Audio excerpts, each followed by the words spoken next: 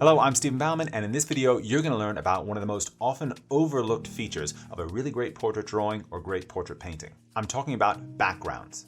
And in this video, I'm going to point out some examples of very good ones, what those artists were doing to make their backgrounds really good, and eventually what you can do with your source images to make your backgrounds even better. In compositions, you want to find a silhouette. A silhouette is a meeting of two value shapes. You could say that in some ways the shadow edge creates a kind of silhouette to the light, but the silhouette I'm talking about here is the meeting of the subject with the background. And every place that that subject meets the background, there will be a choice for you to take about what those two values are. Now, eventually we need to talk about keying the painting or the drawing so that we understand what the lightest light is and eventually what the darkest dark is, because all of these subsequent values have to follow that. But if our key is internally pretty good, we can then start to look at what the background is in relationship to that. Looking at this painting, the first thing that you're going to notice when you inspect the silhouette or the various silhouettes that we have is that all of them constitute a different relationship. So the relationship that we have here is one of two contrasting midtones. Here we have contrasting darkest dark versus a dark midtone. In this passage that we find at the top of the head here, by the way, of course, we find absolutely nothing in the edge. We find essentially a transition or a lost edge.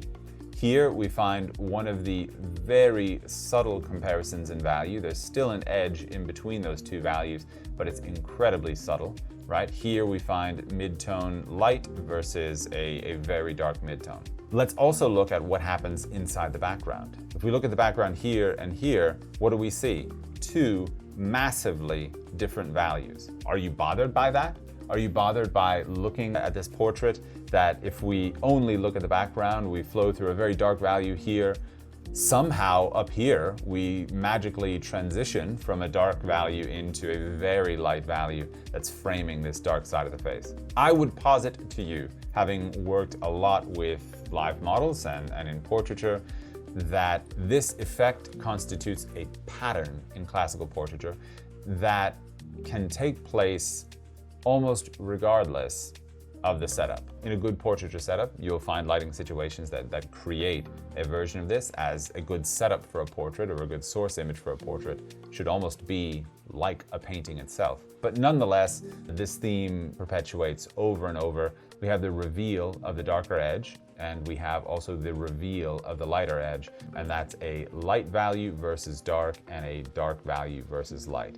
This is so foundational and fundamental in background design as to be ubiquitous, I think. It's everywhere. Go to a museum.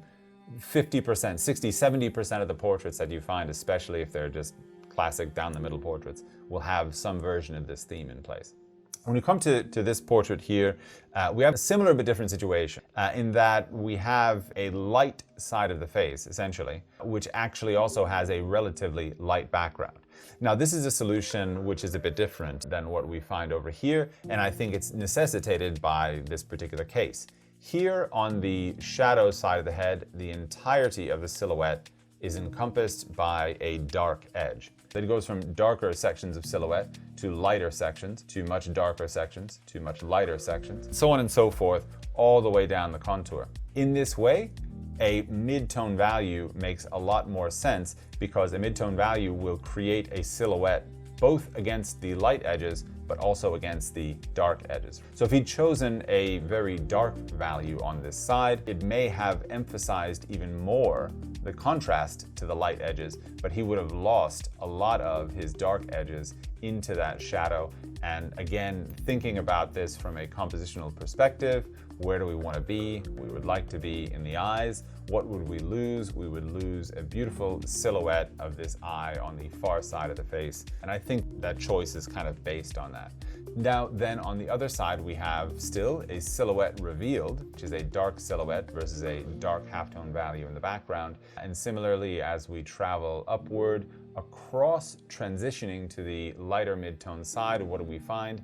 Eventually, we find a lost edge or a kind of transitional edge that exists in between the two strongly silhouetted edges. You can go on and find tons of examples of this in art history. These are just a couple of them. Now, in terms of creating variation, I guess it depends upon whether you're thinking, is it variation of value or is it variation of color? With variation of value, I think it's so much, once again, about trying to be referential to what you're seeing. If we look at this dark halftone side, in fact, it's not all a single value, but what he is doing is looking at the various values that he finds along the contour and adjusting his value in relationship to them. I think this is the most accountable way that you can find a lot of variation in the background, is always try to respond to what you're seeing. This one, I think, is also a good example of how you can respond to the various contrasts and changes in your background and your subject. This background, one of the things that you probably don't see so clearly about it when you first look, is that actually it is simply a gradient from darker at the top to lighter at the bottom. Being lighter at the bottom, and I'm sure this, by the way, I'm sure this reflects the situation where he found his model, but this creates very strong silhouettes at the bottom, some of which he has made quite soft, some of which he has left as being quite hard, but then darker halftone value that exists in the upper section leaves opportunity for lots of different kind of lost edges and also very different found edges in various places. One of the things that this lost and found pattern of edges does is creates a really great sense of depth around the subject. If you want to create a portrait where it does not look like the portrait of the model is like clip art pasted onto the background, the variation in edges in relationship to the background is probably issue number one in solving that problem. Now that I've shown you some of the ways that these great historical backgrounds work, let's get into a case study of a source image that I have and what I do to manipulate that source image and better prepare myself to make a great drawing from it. So this is my iPad interface working on Procreate here, and I have a couple of source images that I thought I would work on in terms of creating a composition. So what would we do to kind of optimize this first composition? Initially, I'm actually just going to think about how I want to frame it. And when you're considering framing, it's best to be really quite literal. So I try to think about whether I want like a more vertical subject, whether I want a more horizontal subject for that particular format to work. So probably come closer to like a 3x4 format, I think is really nice for this one. The other thing that you want to figure out, it's super simple, but it's actually like, where are you framing the head? Like if I pull this frame down and it's kind of meeting up with a head, we have this classic idea of like a tangency. Nobody should have a tangency unless it's a really meaningful place for things to land. So I like to keep the head a little bit higher in the composition. If I was going to place the head in this position inside this rectangle, I would only do so if I was like kind of cropping it off like a sketch. If I was just gonna have like kind of a floating head type study. Since she's looking off to the right, I'm gonna keep a little bit more distance on the right-hand side of her than I do on the left, just so we have some sense of direction. Here we have a very strong silhouette on the left-hand side. We have this really great kind of gradient getting to a slightly darker value as we get inside this little nook in between her neck and her hood that she's wearing. I'm far less satisfied with the silhouette on this side, where the red of her hair actually kind of blends together a bit with the background. Actually duplicate this one and totally drop the saturation. And you can see that that edge almost kind of disappears. Like there's no boundary here. It's really right in this focal area, so I'm kind of not satisfied at all with that. The only edge that we really have any merit to see there is right along the edge of the form of the eye socket. Then we come back down here, we have this nice mid-tone versus darker mid-tone background. But I think that I'm gonna start by probably enhancing that. I thought maybe it could be interesting to have a window into exactly how I work when I'm preparing a study. I'm gonna go ahead and reveal a little bit this boundary by getting rid of the value around it. So what I'm essentially doing here is creating a value in the background that reveals the light shape of the hair. So we actually have enough light hitting the hair that the hair itself kind of becomes a light shape. And in that instance, I can use that to kind of frame the subject's face because I really want to get a feeling for the contrast of the hair versus the background. So now we have, like, I would say it's a bit better, this particular background that we have. I think probably like almost everything on this side actually could drop down in value. So you can see already as we're starting to frame this, we have a lot more focus on her face. I'm gonna go ahead and take some stronger measures actually to reveal the contour of the face.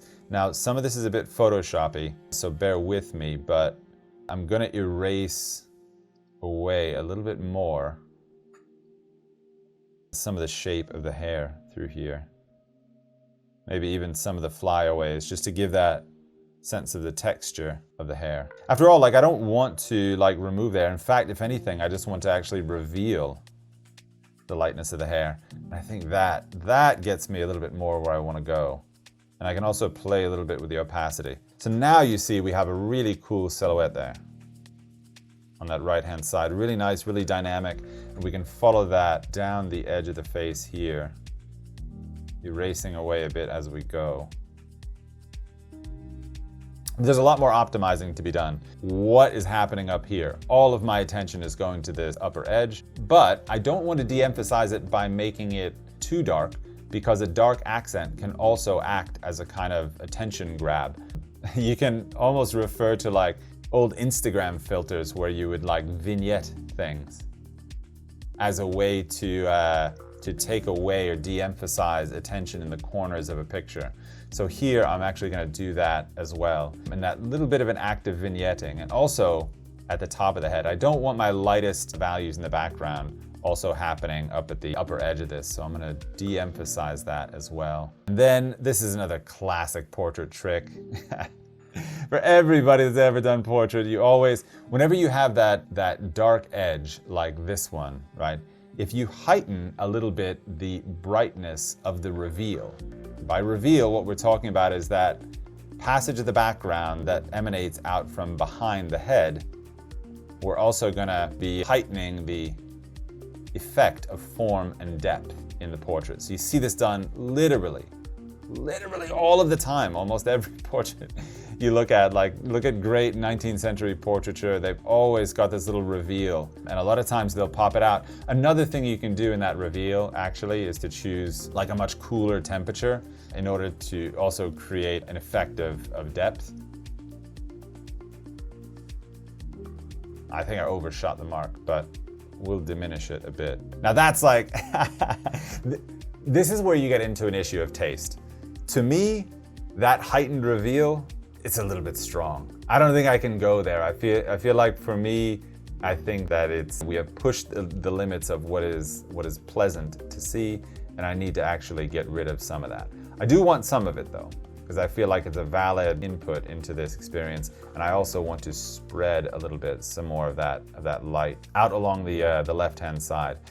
Sometimes the abruptness that you feel in the reveal area can also be due to the transitional nature of the background. Like, you might just need like a longer transitional track to make that reveal work. I'm also going to darken this upper right-hand corner even more.